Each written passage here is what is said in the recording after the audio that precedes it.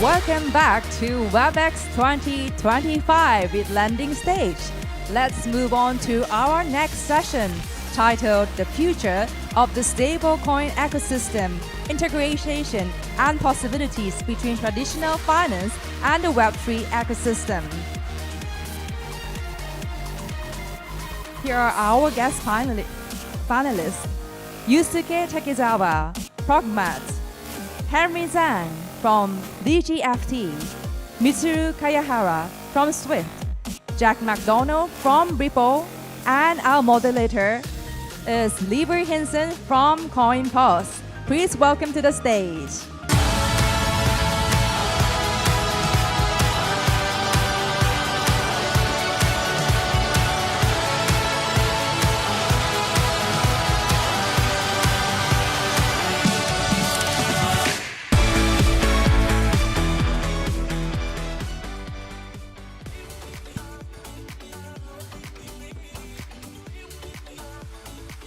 Okay, thank you everybody. My name is Levi Hinson from Coinpost. This is the second day of WebEx and we're almost winding down to the end of the event, but I'd like to introduce our gentlemen for this interesting panel on stablecoin ecosystems. We had already some panels on stablecoins already at this event, but I think this panel is sort of unique in that we can get some perspectives from various areas of the ecosystem. First, and I would like to just give a warm welcome to our panel and in the future on this future of stablecoin ecosystems. Today we're going to be exploring from traditional finance and Web3 how they're converging through stablecoins with perspectives from global financial infrastructure and tokenization platforms and technology leaders. So let's dive into this panel and into this transformation of stablecoins. Actually, the first question is to Henry from DigiFT. I'd like to ask about what is the core of, this is sort of at the core of what DigiFT is doing, and with this, and I was wondering how stablecoins are fundamentally changing the relationship with traditional finance and Web3. Good afternoon. Thank you for joining in the late afternoon, this session. To address this question, I would say stablecoin is a very fundamental and important thing in the financial industry and the Web3. Why saying that? What is stablecoin is money on chain. It's money on chain.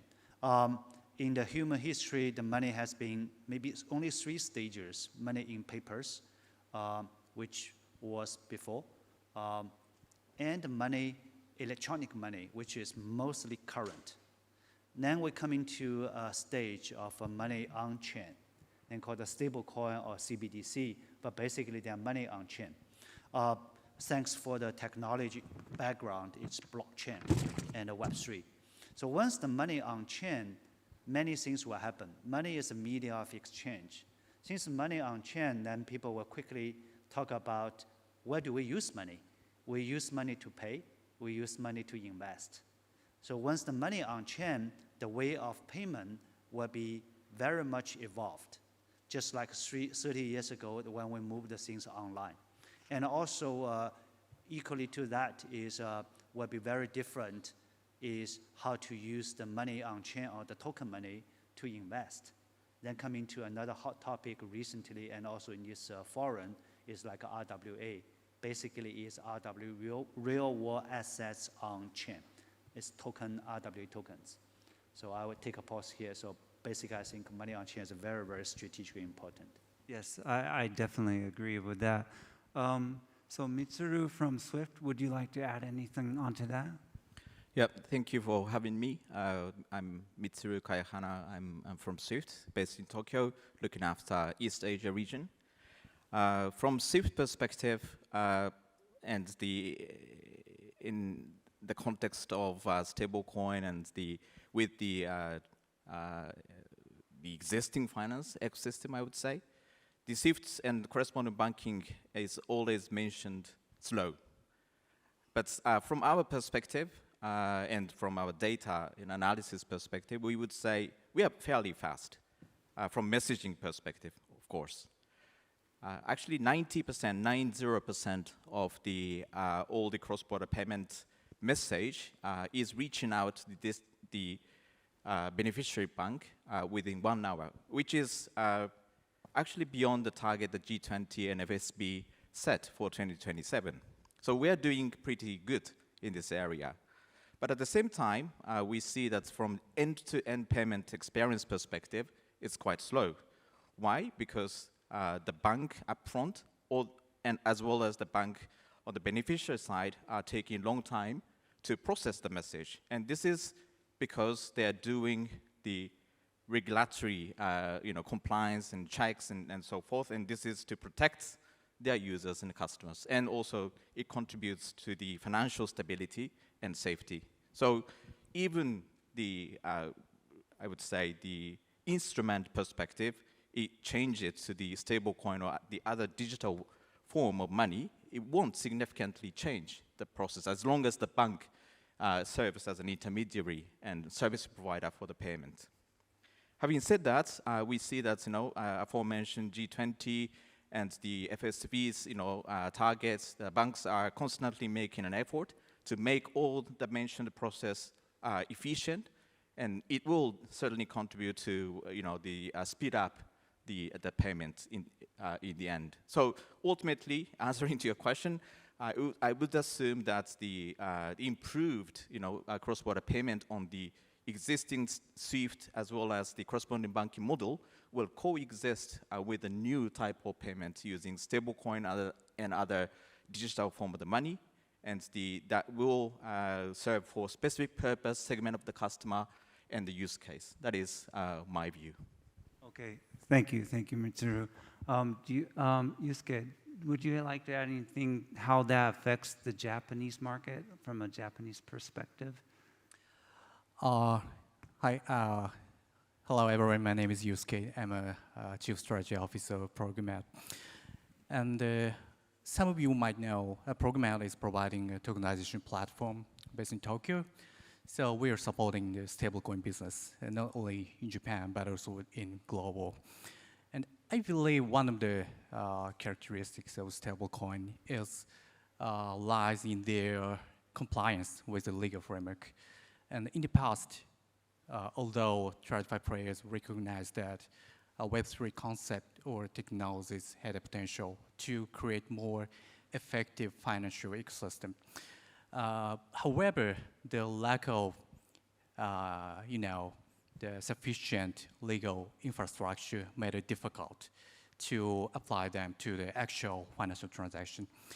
But, however, with the clearer legal definitions of stablecoins, such as Japanese law or EU's MiCA framework or US Genius Act, now there is a kind of foundation for TradFi players to consider the use of stablecoin in real-world transactions. So this is a big differences that stablecoin can bring into the market.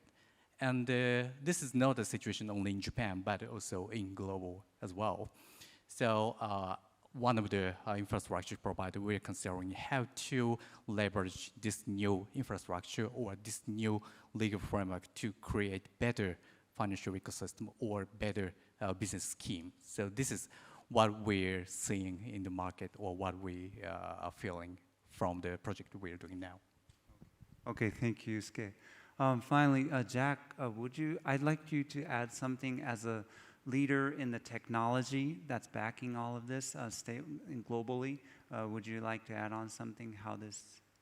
Yeah, thanks for having me. And I'm Jack McDonald. I'm the Senior Vice President managing the stablecoin business at Ripple. And I think what we all have in common is a belief that stablecoins are really transformational in terms of bridging the divide between traditional finance and Web3. And it's really about the comfort, I think, that traditional finance ecosystem is gaining with the use of stablecoins. I tell people it's really the least crypto that's available given the inherent stability in the value backing a stablecoin. And it's something that traditional players can get comfortable with, that they can understand. And it's no surprise that the regulators chose stablecoins as really the first asset to regulate in a way of really unlocking how digital assets can really bring traditional finance into a new age and benefiting from digital ledger technology, blockchain technology, et cetera. And if you think about, and there's already been some reference made to the different regulatory changes that have happened in Europe and the US, and most recently with the Payment Services Act here in Japan, we're very excited about the opportunities that that represents, and very excited, obviously, this week to have announced our partnership with SBI, a traditional player in many ways who's also been a leader in all things digital assets in the Japanese market. And so we have a historic partnership and relationship with SBI and couldn't be more excited and confident about going about this together. Okay, thank you, Jack. Yeah, going back to what Mitsuru commented on, you mentioned that now you can do the transaction in 1 hour. And that's considerably fast compared to years before. But I want to sort of address that both Swift and Progmat have been working on through collaboration, especially in the last year. How do you see CBDCs and private stablecoins sort of coexisting in this ecosystem and from a global infrastructure perspective? And also, Yusuke, how does this play out like practically in Japan with their collaboration with Swift? Could you lead us with that question first, Mitsuru? Yep, sure. With regards to CBDC, Swift, we have been conducting experiment on POC, since 2022. We are joined by 38 global financial institutions as well as the central banks. And throughout the POC and this experiment, we found that Swift is able to provide or play a pivotal role as a concentrator or connector, and also providing the orchestration layer, connecting the multiple CBDC platforms that may come up in the future. In the context of stablecoin, as you mentioned, we have started the POC with Progmat and along with the Japanese banks. And also we are dealing with the European banks and their consortium with regards to the stablecoin and tokenized asset transaction as well. And as I said, I'm also looking after South Korea. And when I visit the South Korea, they are also, both public sector and private sectors, they are quite keen to know about the trend. And they have not regulated stablecoin as yet, but they are quite keen to be part of the ecosystem in the future. So we, Swift, have been engaging with CBDC and stablecoin, and our view of the future is that both CBDC and stablecoin, but not only those, but also the tokenized deposit coming from or issued by the large institution, they will coexist in the future. And what it means to Swift is that, as mentioned, we have proven network that is providing the interoperability for the 5 decades. We should have a certain and the pivotal role to play in terms of providing the interoperability, especially in the context of format, for example, because these 3 different representation of the money will coexist. Then someone needs to standardize the message format. When it comes to the messaging based on ISO 20022 or API, someone needs to standardize. And we are standardizing body. We have been serving for the community for a long time, so we are in the best position to do that.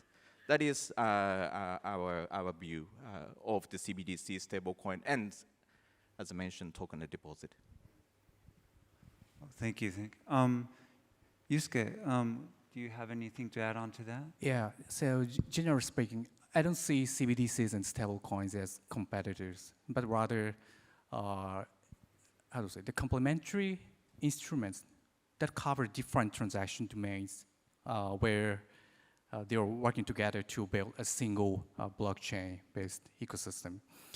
And today, blockchain-based payment instruments include not only stablecoins, but also CBDCs or tokenized deposit. Each of these has different strengths and limitations. So for example, CBDCs can provide highest level of compatibility or safety with the existing financial infrastructure, for example. However, their introduction requires sometimes national level initiatives or policy coordinations. On the other hand, stablecoins can be introduced with far less costs, but the continuity with the existing financial system is still a challenge for stablecoins. So taking all this into account, I think that CBDC will be used in areas such as central bank settlement that demands the highest level of risk management, while stablecoins will serve as a more flexible and a smaller scale private sector transaction, for example. So I think CBDCs and stablecoins can collaborate each other to create single next generation blockchain-based ecosystem. That's my view about the relationship about those two payment instruments. That's interesting. You use it for different use cases depending on where it's beneficial the best. Jack, do you have anything to add to that?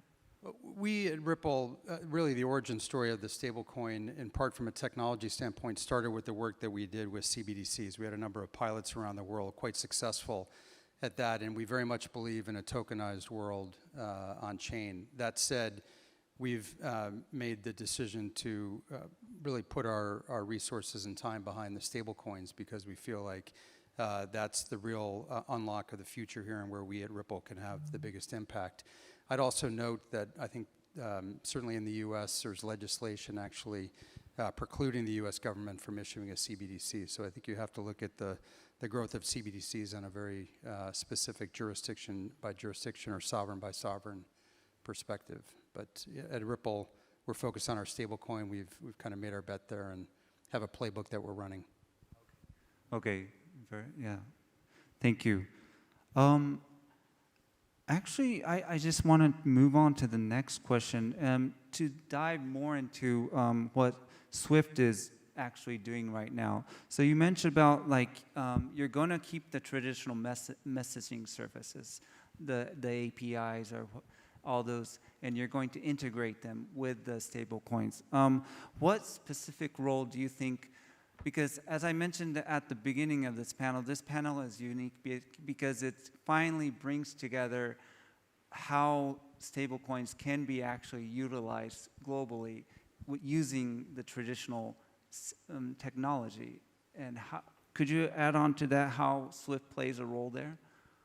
Yep, from our perspective, the role that Swift can play now and the future will not significantly be different. We will stay keep on playing the similar role.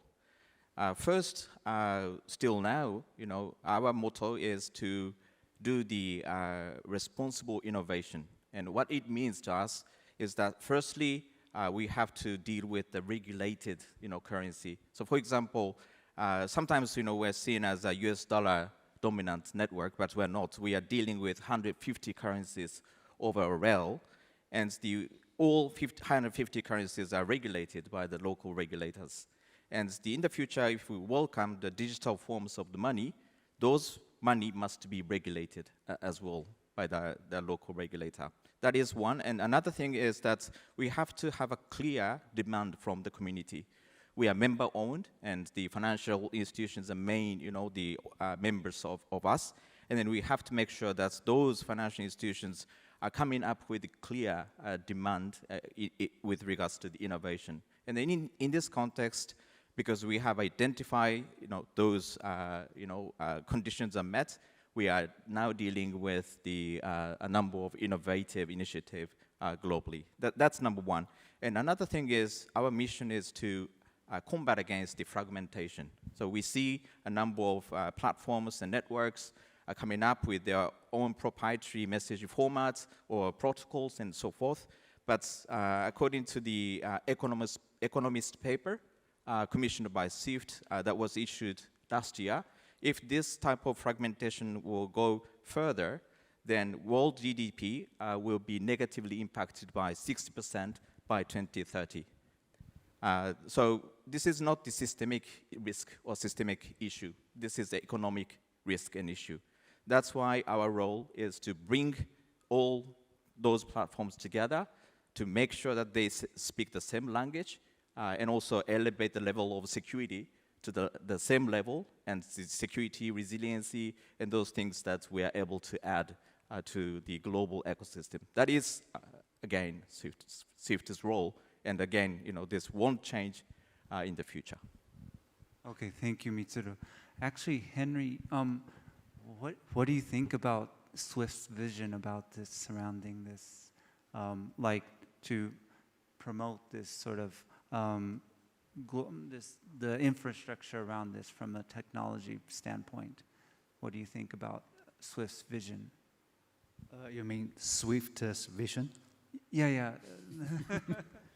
I'll probably turn around the question a little bit. Is SWIFT is infrastructure to fit the current SWIFT, to fit its innovation, right? Decades ago, to bring the global settlement to a very up level. But since it's always evolving, just like the banks are not the banks of 100 years ago, even not the banks of 10 years ago. So things are going to evolve. Then while we have so much passion to talk about stablecoin and then related future tokenized capital markets, because it has come to a time there is a novel innovations driven by technology. Look at the financial industry. Some people mention it is like a traditional financial industry. Sounds negative. Let me bring the balance back a little bit. Financial industry is always an early adopter of new technologies. Look at the human history, telecommunication technology, computer technology, internet technology, now is blockchain technology. Financial industry is always one of the early one to adopt this industry, probably right after defense industry, military industry. It's always the early one and a big adopter. So I don't think a financial industry will be missing in this wave of new technologies, no matter in the payment, in the capital markets, or in the lending and many others. So in this regard, we rather say what's current SWIFT more about the future clearing and the settlement infrastructure.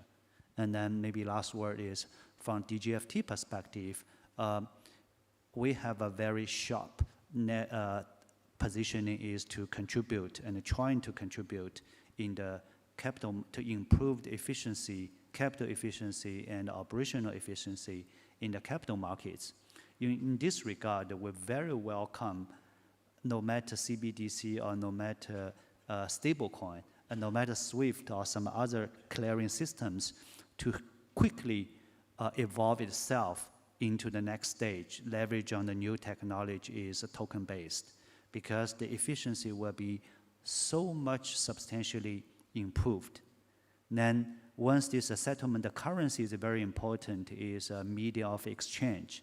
Once this media of exchange has been settled, just like maybe I give an example, like last wave when the things moving online is e-commerce, right? Amazon. When Amazon come out, the information is displayed online, but there's one challenge: how do they deliver the banana and the apples to your home?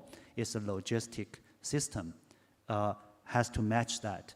This kind of a logistic system in the financial industry is clearing and settlement.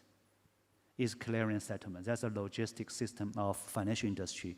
Then moving on chain, money on chain. So this delivery system, clearing and settlement, will be largely improved. So in this regard, I'm very optimistic and excited about the outlook.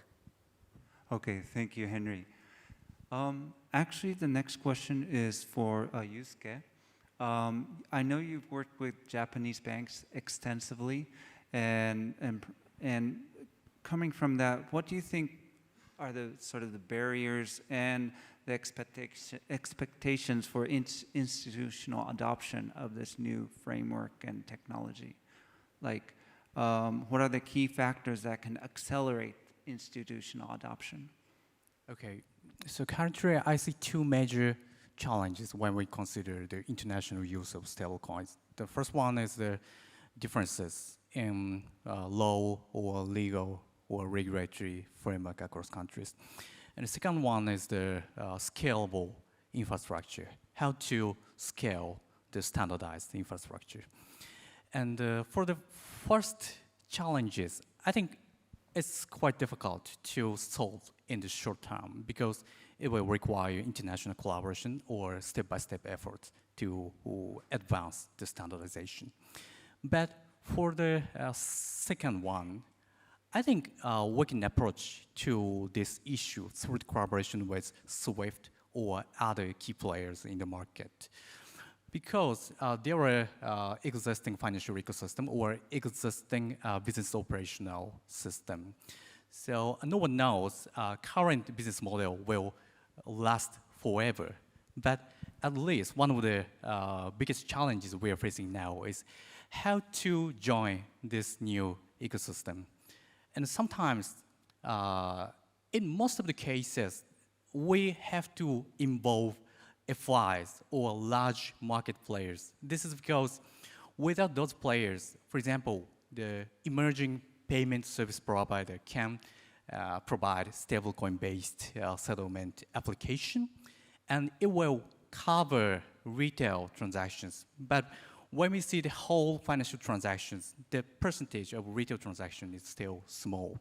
So if we want to see the real change of the financial ecosystem, we have to approach how to involve that kind of large transactions, such as interbank settlement or wholesale transactions. So in that context, the collaboration with large players that has a strong customer base or a strong network is quite important.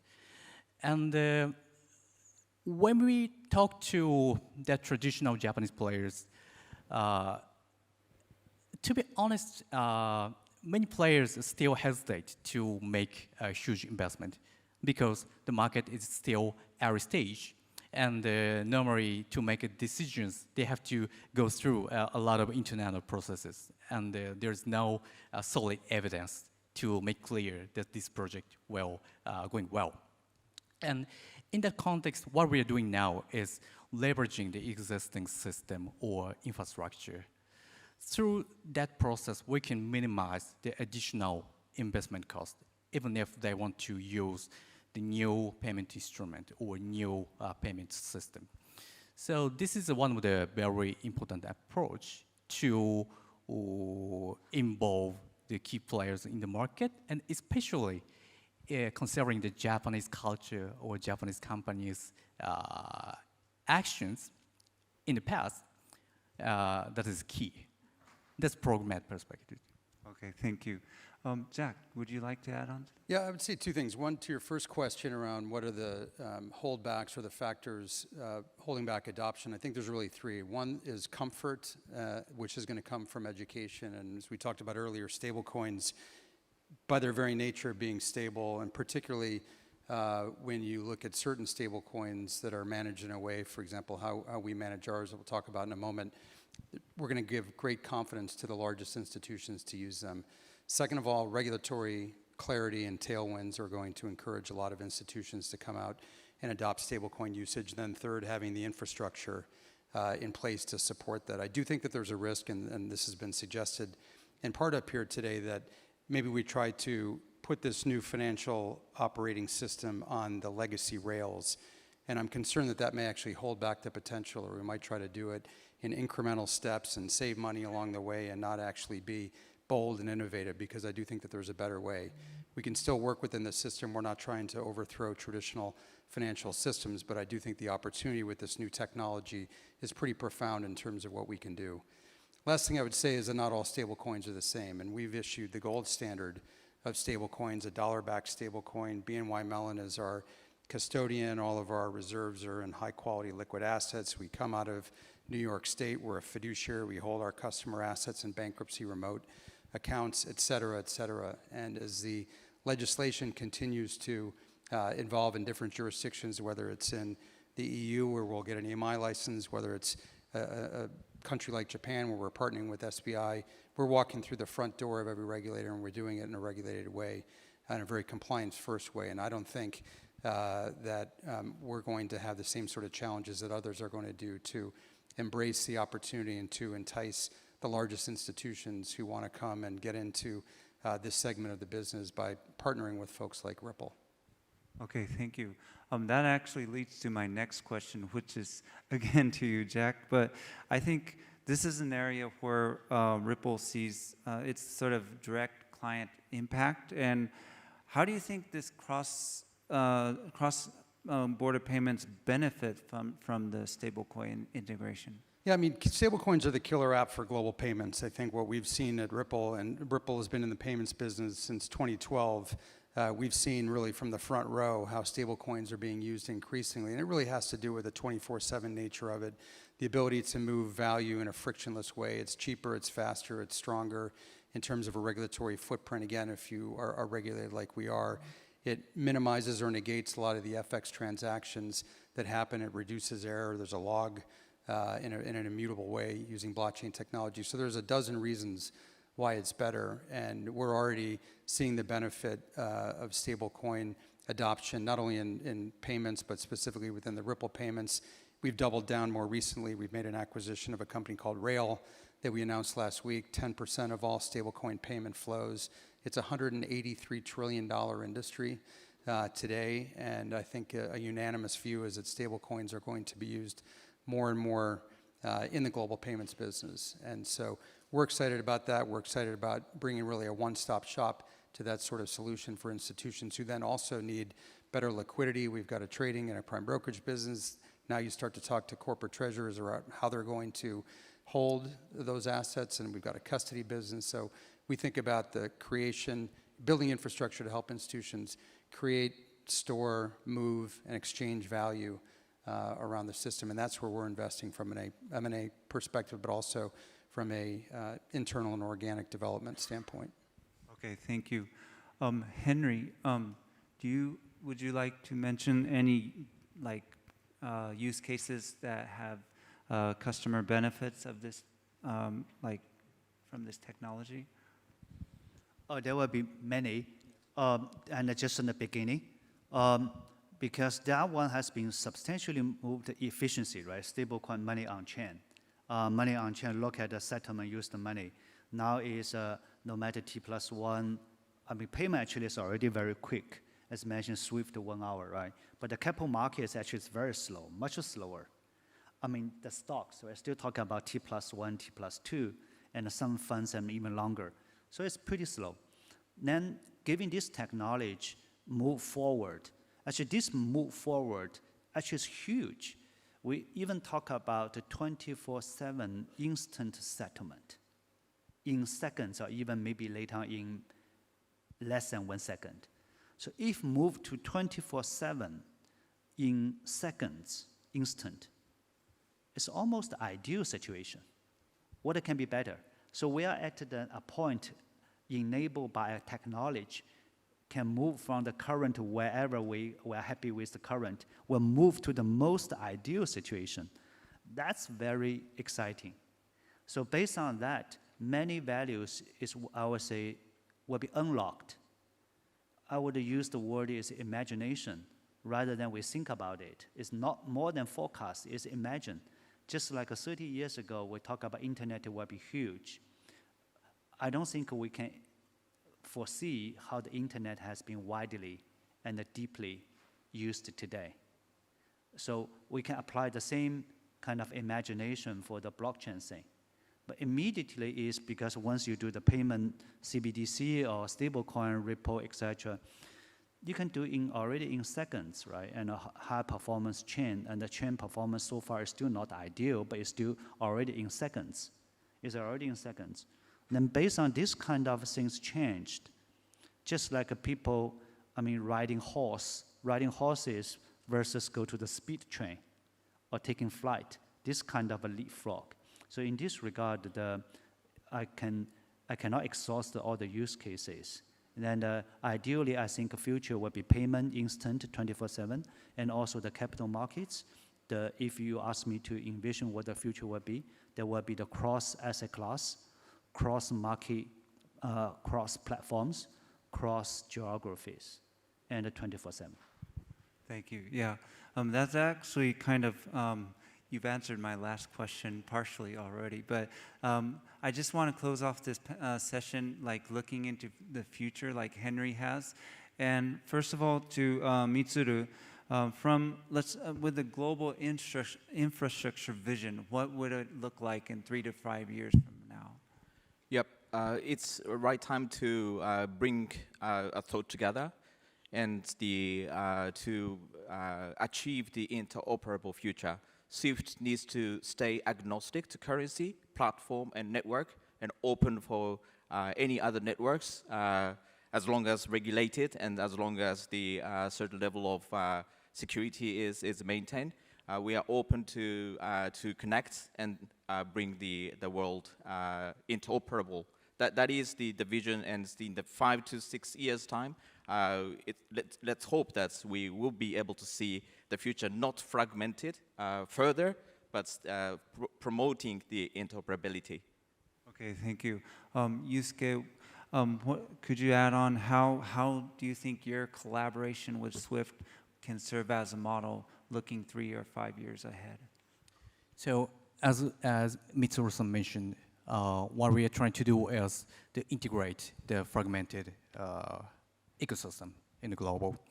And in the near future, we can release another project or trial to create a standard infrastructure for the stablecoin settlement.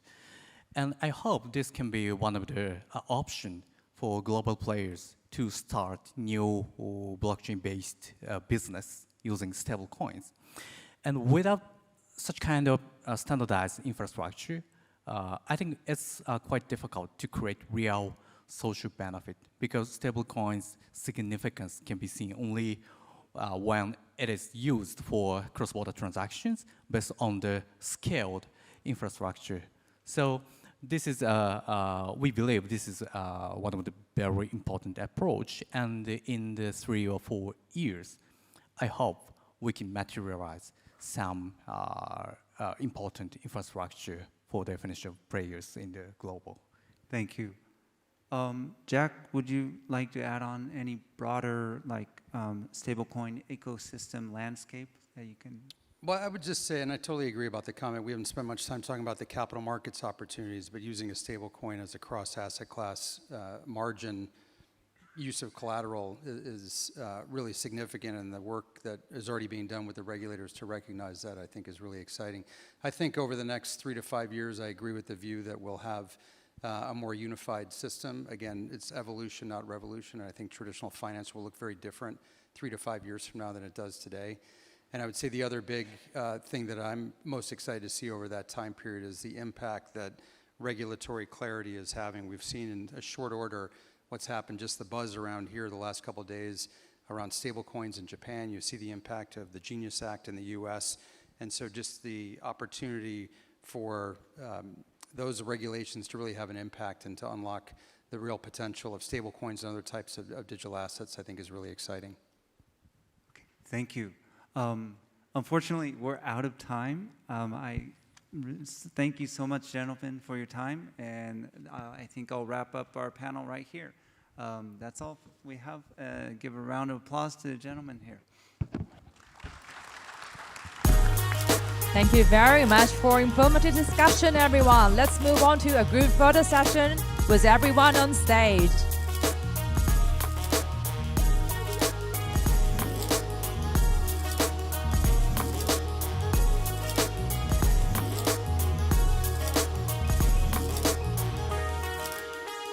Thank you for your cooperation for a group photo session. Once again, please give it a big round of applause. Thank you very much. Thank you for your wonderful and informative discussion, everyone. Thank you.